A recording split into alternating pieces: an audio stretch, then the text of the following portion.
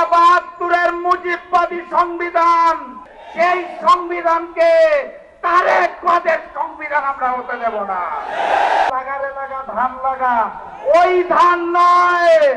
একই দিনের একটা ভোটের শপথ তারা নিয়ে বলেছে হালাল, আরেকটা শপথ না নিয়ে ম্যানেজ ভোটে জয়ী হয়ে বলতে চায় হারাম। একই সাথে একই দিনে দুইটা ভোট হয়েছিল। কয়টা? একটা সংসদ গঠনের জন্য, আরেকটা সংস্কার পরিষদ গঠনের জন্য। একই দিনের একটা ভোটের শপথ তারা নিয়ে বলেছে হালাল, আরেকটা শপথ না নিয়ে ম্যানেজ ভোটে জয়ী হয়ে বলতে চায় হারাম। একই দিনে এক ভোট যদি হালাল হয় তাহলে আরেকটা হারাম হতে পারে না।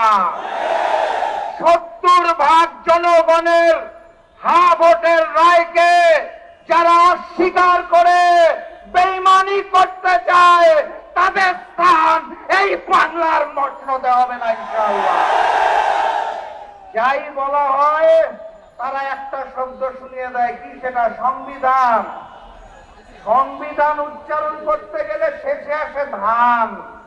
তারা ভেবেছে এটা বোধহয় ধানের শীষ, এই কারণে বারবার বলে সংবিধান।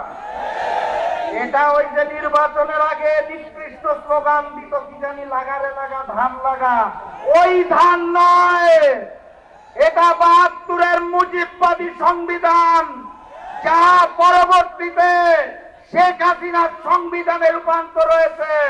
সেই সংবিধানকে তারেক ওয়াদের সংবিধান আমরা হতে দেব না। অতএব কথাবার্তা পরিষ্কার, গণভোটের রায়কে সম্মান জানিয়ে বাস্তবায়ন করুন, না হলে যেই আন্দোলন করে তোলা হবে মসনদ থাকবে না ইনশাআল্লাহ। বিজয়ের পথে যাত্রা শুরু, জীবন অথবা মৃত্যু। আসসালামু আলাইকুম।